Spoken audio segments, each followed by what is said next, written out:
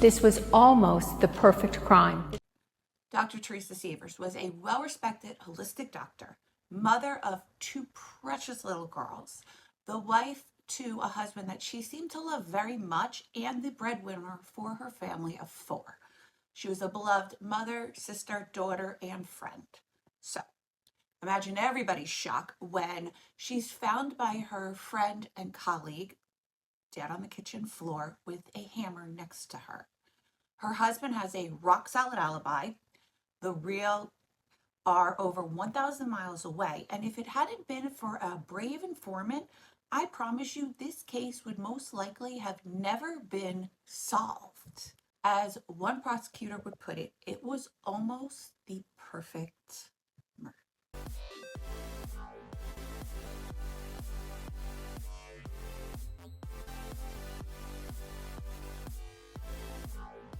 Hi guys, welcome or welcome back. Thank you so much for being here. It's so greatly appreciated. It truly, truly is.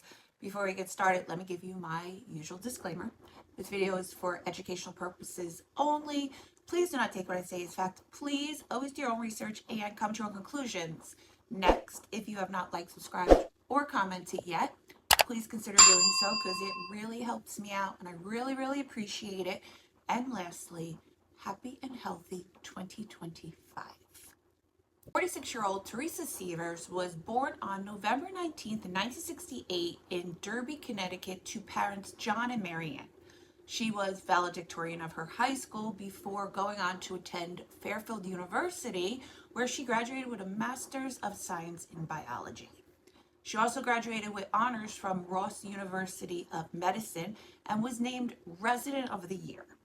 In 2006, Teresa moved to Bonita Springs, where she would go on to open her practice, Restorative Health and Healing Center.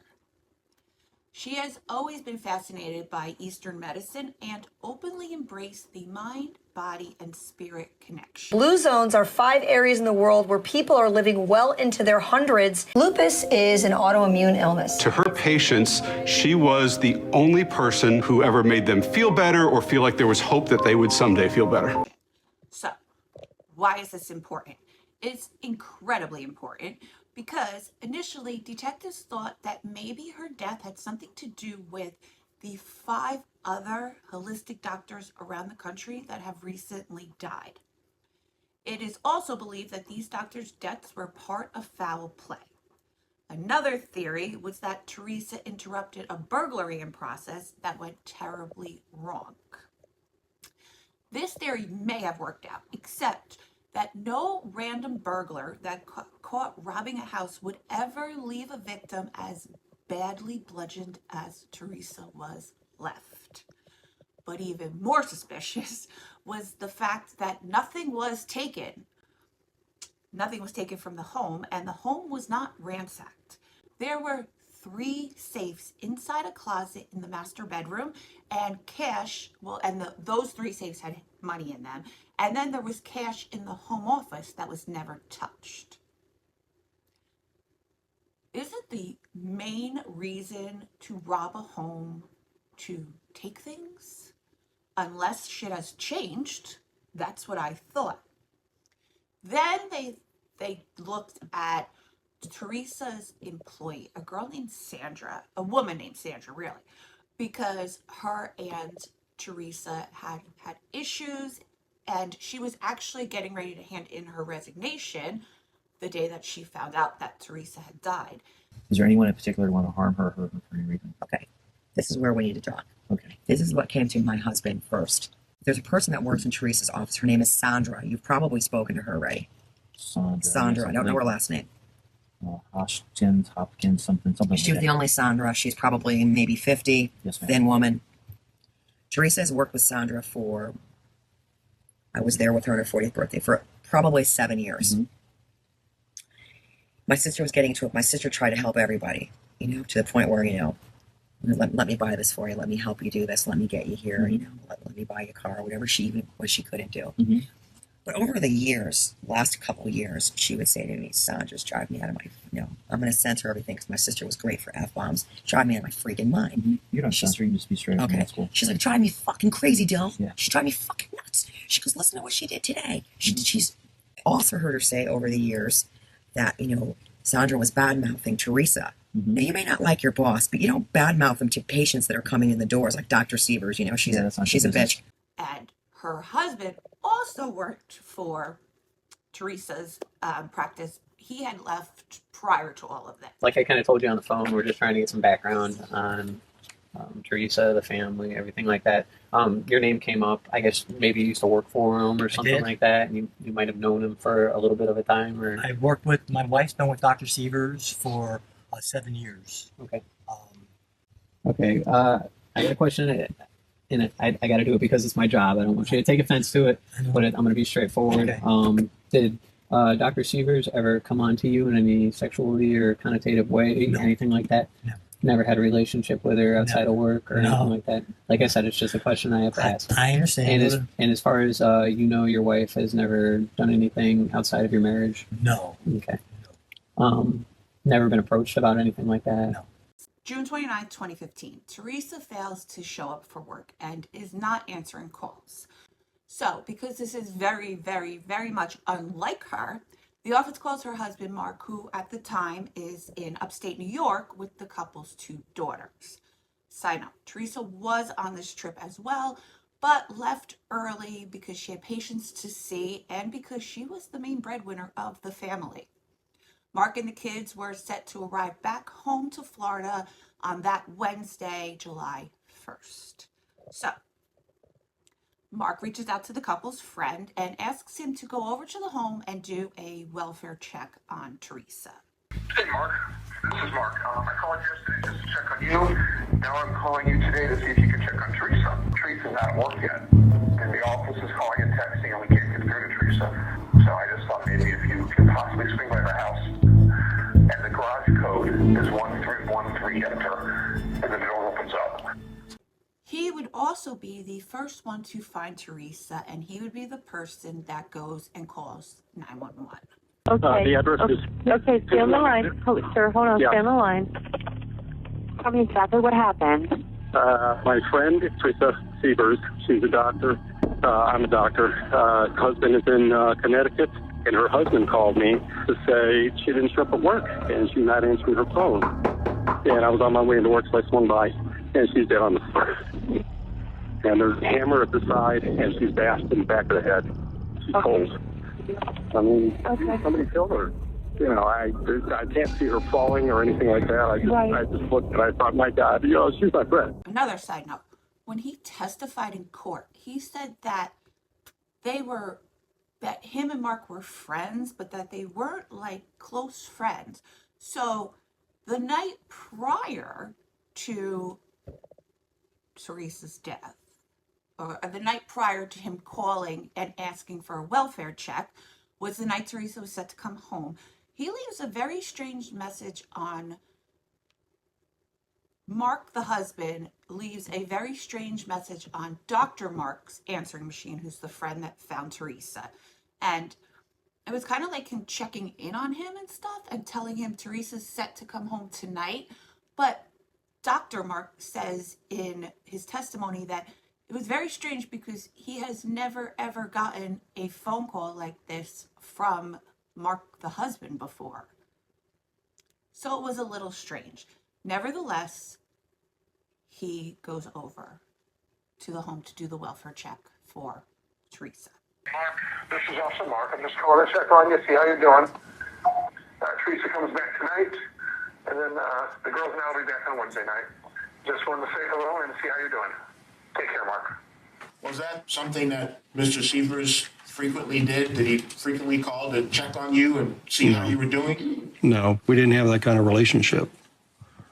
So how would you describe the fact that he called and left you this message the night before checking on you? How would you describe that? It was very odd, just very strange. Teresa has 17 impact wounds to her skull. One of the blows is so bad that her brain is oozing out of it, which again leans more towards the theory that she may have known her attacker as opposed to her walking in on a random home invasion. Not to mention that nothing was taken from the home, not even the $50,000 in cash that was in the safes and in the office.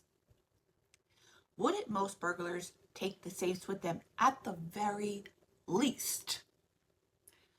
Crime scene officers investigate and turn up nothing. Literally nothing. Nothing. There were no prints, no hairs, no fibers found in the home that would connect the person or persons responsible for Teresa's death. Mark has a rock-solid alibi, and he did seem very, very upset over his wife's death, and he was incredibly cooperative with police, and he was willing to do whatever it took. Just for the record, state your name one more time for me. Mark Sievers. I feel so, I guess I feel pathetic, but at the same time, there's so much going on. That's not pathetic. It's hard. I feel that I could have stopped this from happening. How do I get over that? It's going to take time. It really will. Can you tell me when she died?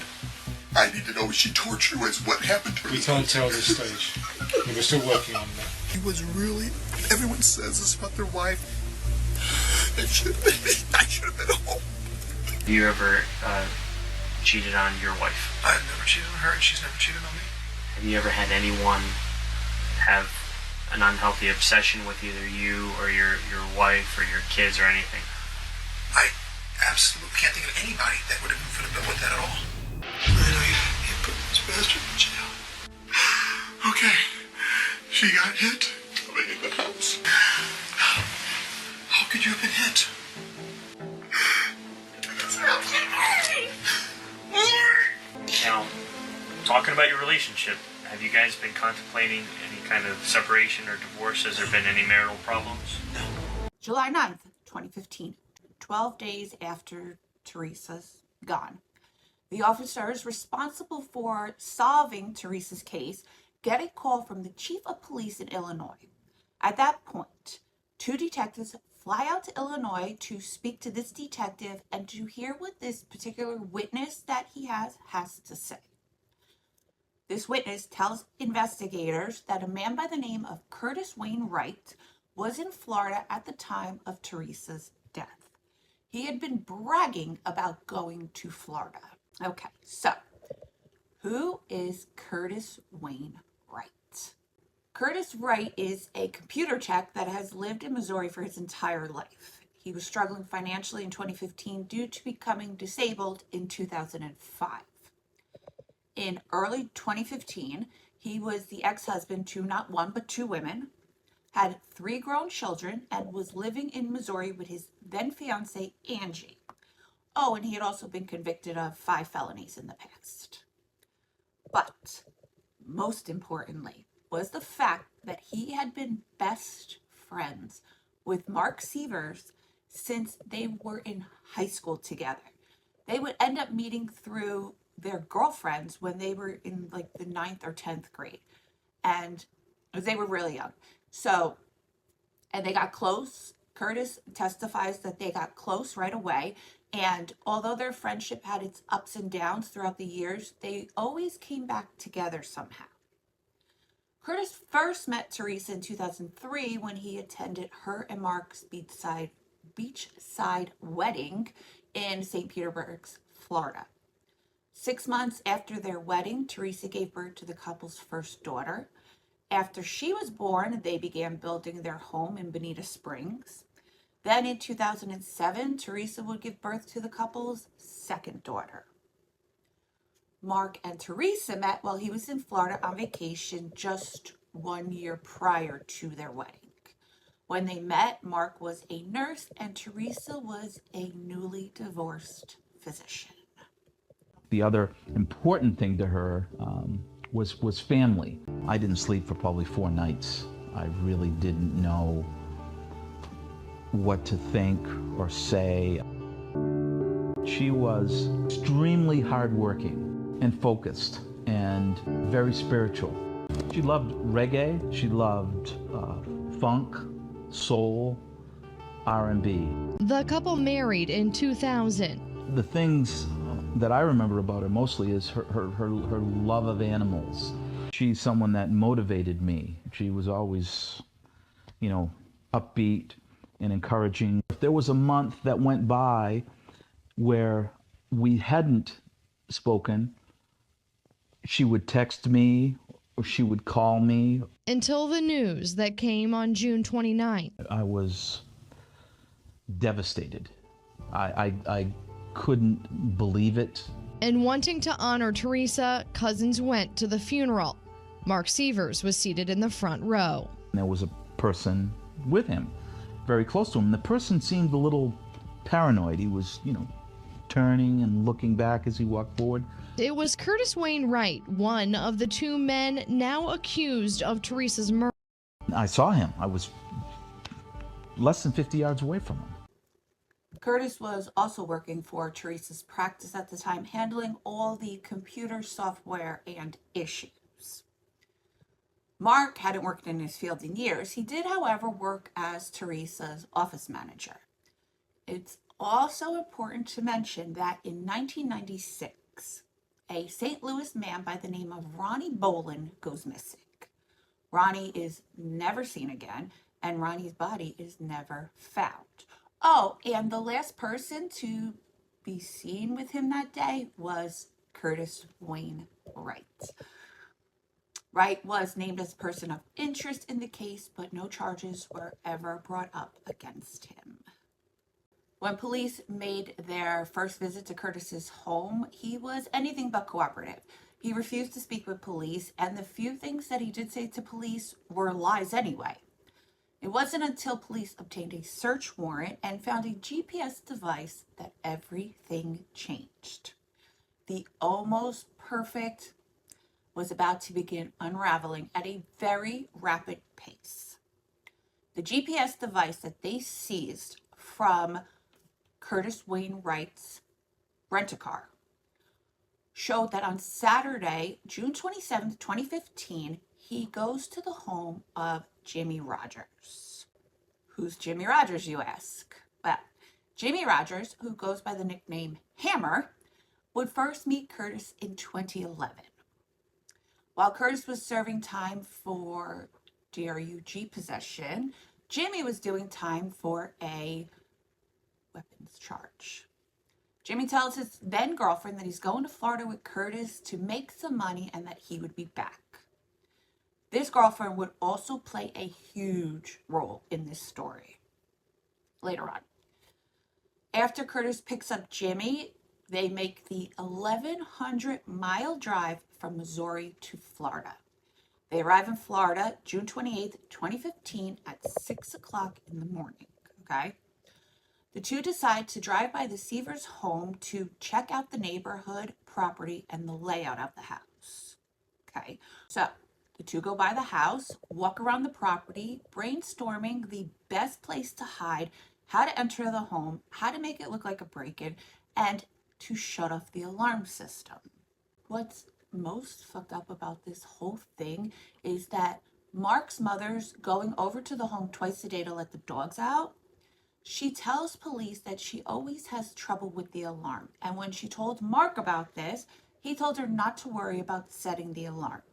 So this poor woman believed for quite some time that she was the person responsible for Teresa's death. While you were at the house, did you have to press in a code to disarm their alarm? I pressed, yeah. Okay. Well, and also a code to open up the garage door. Okay. Do you remember setting the alarm each time that you left? Well, the first day I got there, the alarm was not set. And I figured that was because they were rushing out early and I was coming that afternoon. And when I left, I set the alarm. One time, it wasn't working. It didn't register. So I did the code and then hit stay.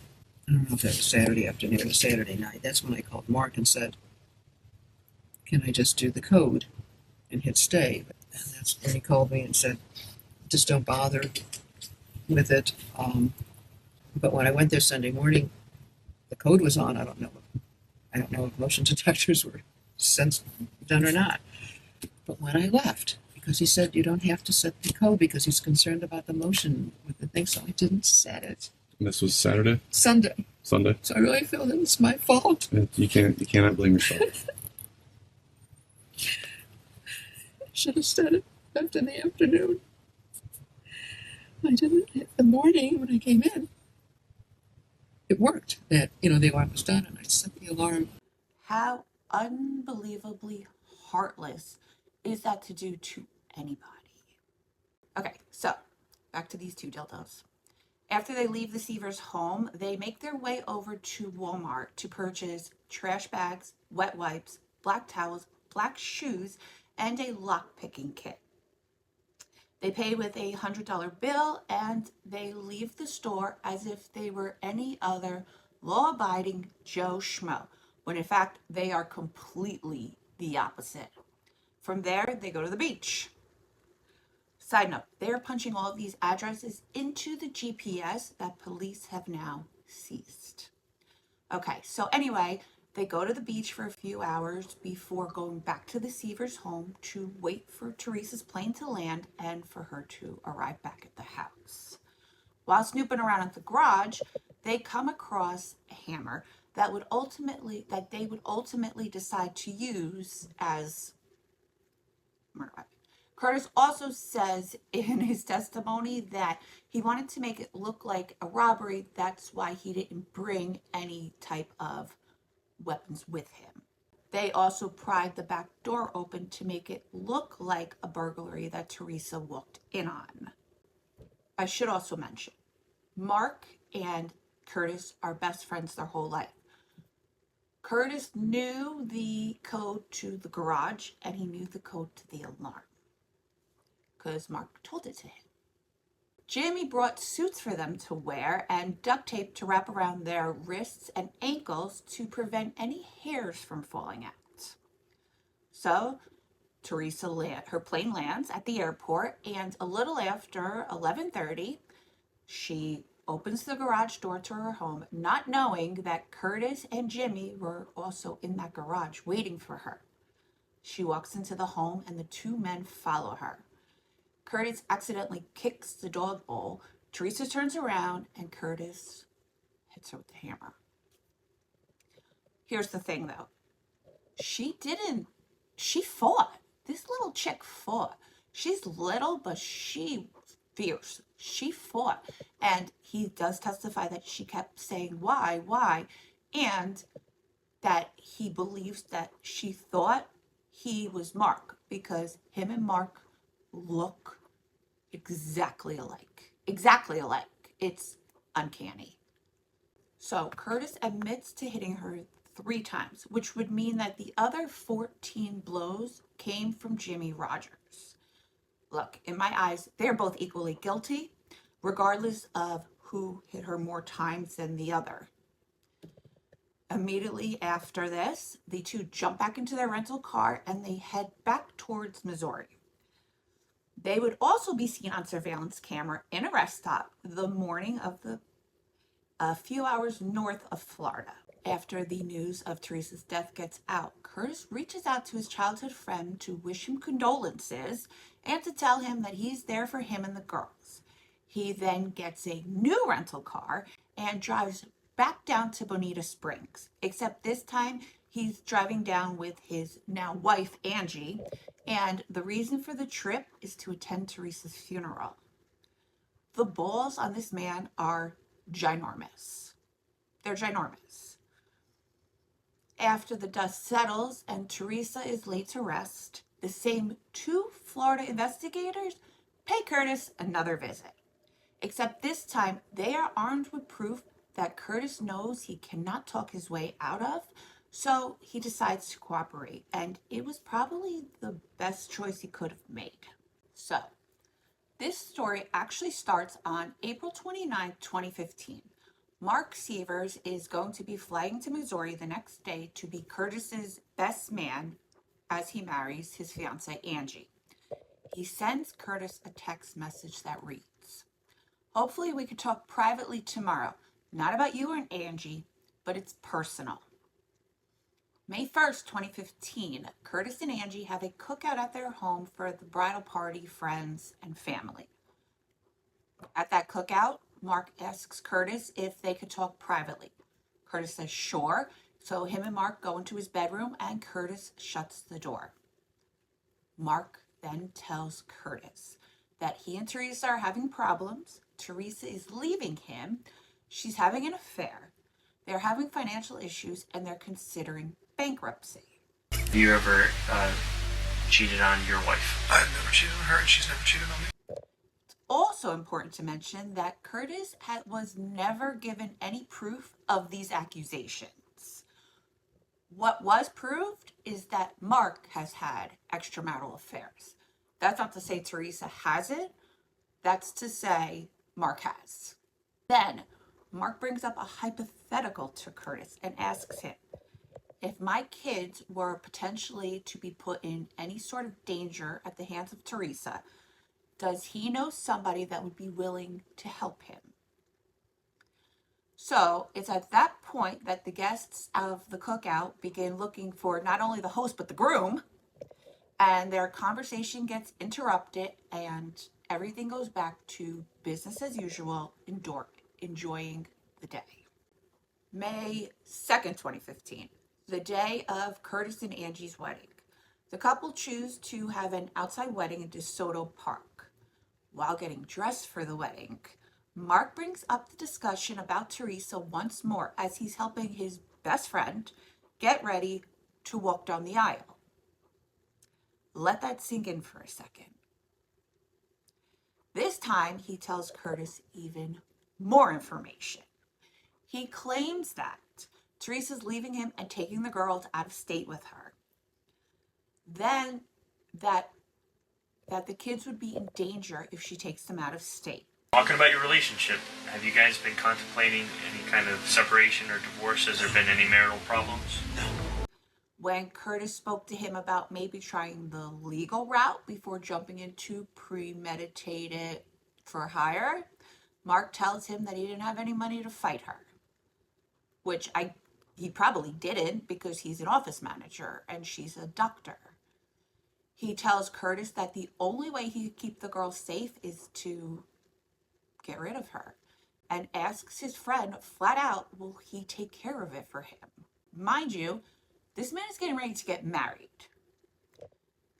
Side note, I don't want it to come across as if I'm feeling bad for Curtis Wainwright, because at the end of the day, he is just as equally a piece of shit as the rest of them. It's just mind-boggling to me that a friend could bring up unaliving his wife minutes before his best friend gets married himself. After Mark returned home from the wedding, he books a trip for him, Teresa, and the girls to go to upstate New York for a family vacation. The tickets that he purchased had Teresa returning home on the 28th, the Sunday, and him and the girls returning home on Wednesday, July 1st. When the topic of payment comes up, Mark tells Curtis that he had a lot of money, but it's all tied up in life insurance policies. I want to say 3 or 4 life insurance policies totaling around $5 million. So when the defense tries to say that Mark didn't have a motive to do this, in fact, he had 5 million motives to do this, promising Curtis around $100,000 after he receives the life insurance payout. Because he is considered a person of interest in the homicide of Teresa Sievers, the proceeds will be held. This is the point where he tells Curtis that they can no longer talk on their personal cell phones and suggests that they purchase burner phones to discuss anything that has to do with Teresa's unaliving moving forward. Okay.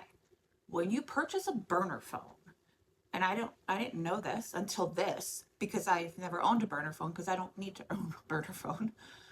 But when you purchase a burner phone, the area code and the state that it's connected to is chosen by the buyer.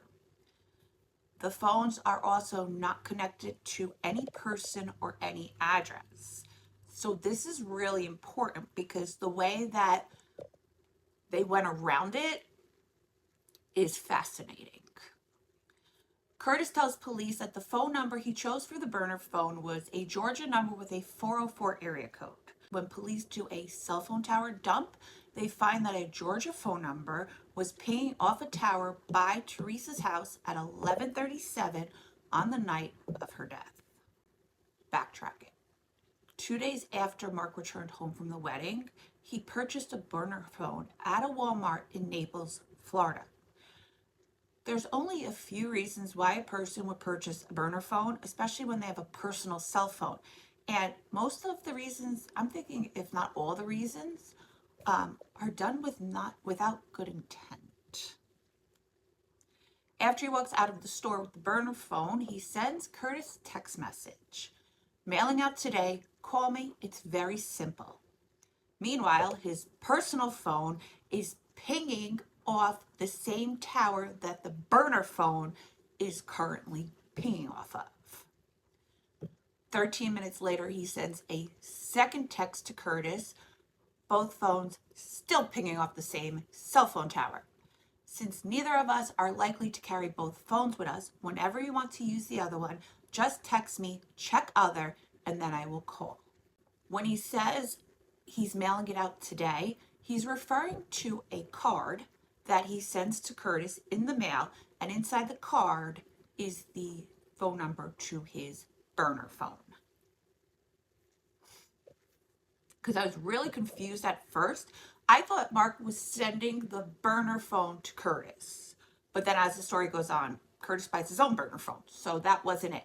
But he clarifies some point through in the trial that that's what was mailed to him. He mailed him a card with the phone number to his burner phone. So that when Curtis buys his burner, he will have the number to Mark's burner. Got it? I hope so. May 17th, 2015, Curtis buys the burner phone and sends Mark this message from it. Hello, brother from another mother. This is how Mark gets the burner number for Curtis. During the cell phone tower dumps, detectives found that the burner phones communicated on May 17th, 21st, and 22nd, and June 22nd, 23rd, and 25th. 3 days after these two burner phones connected for the last time, Teresa dies. When detectives request the records for the 404 burner, Curtis's Georgia burner, they found it communicated a lot with an 858 area code. The 858 phone is a California phone number. So, both the 404 and the 858 were activated in May of 2015. Both phones communicated primarily with each other, and both stopped being used in the summer of 2015.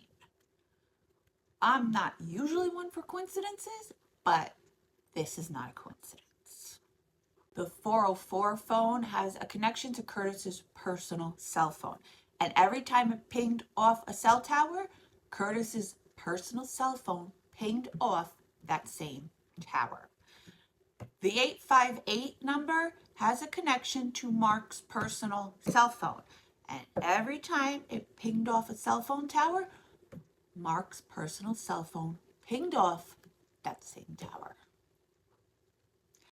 Curtis would end up flipping on his BFF, and during his testimony, he tells the court that Mark told him that Teresa had to be gone before he and the girls got home. He suggests to Curtis to do it outside of her practice with a GUN because the office is set back from the street. It's fairly secluded, and she leaves late at night and usually alone. It would be the perfect scenario for a mugging.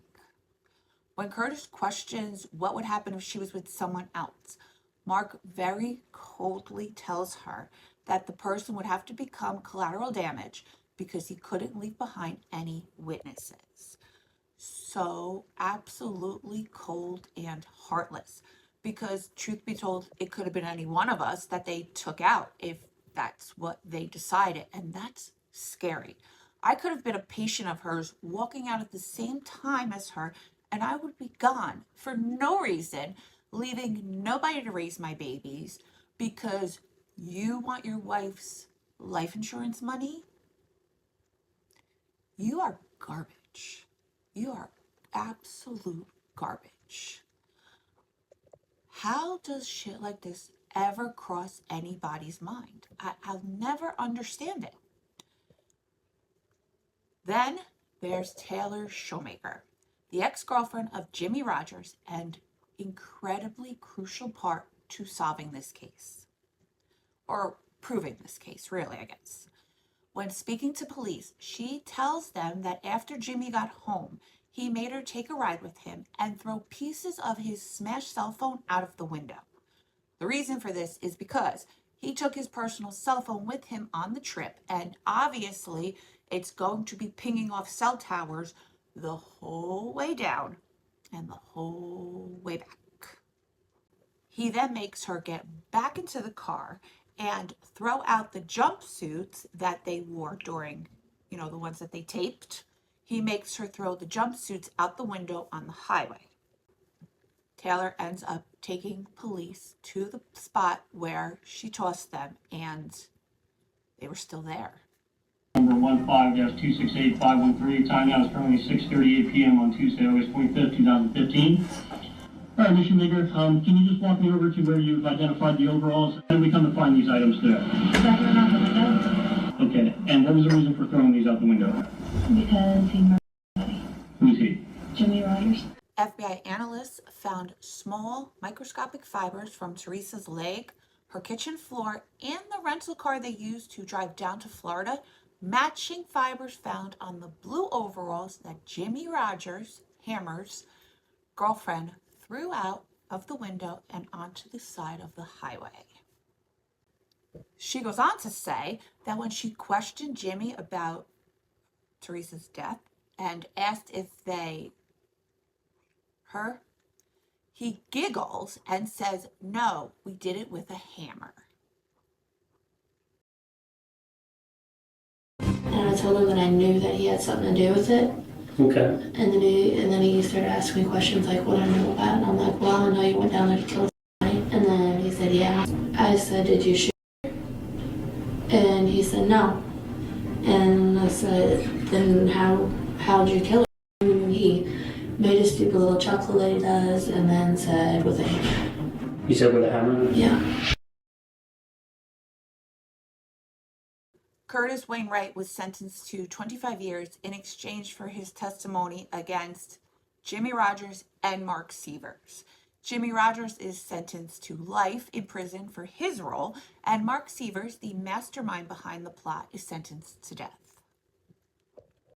After a lengthy custody dispute over the girls, it is believed that they are now living with Teresa's family, as they should be. As far as the girls seeing Mark's family, I'm on the fence about it a little bit.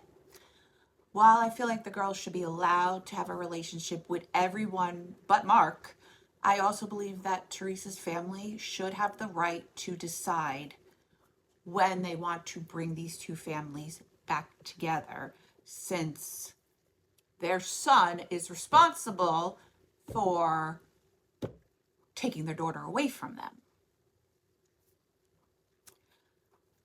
I don't think they should be forced to bring these families together any sooner than they feel absolutely ready for. If you guys are still here, thank you, thank you, thank you. I love you and I appreciate you so, so, so very much. The moral of this story is that none of us are smarter than science and or technology. So just don't commit crimes, because your dumbass will get caught and you will rot away in jail like the rest of them. Just be a decent human being, because it's way easier, I promise you. Oh, and stay safe out there.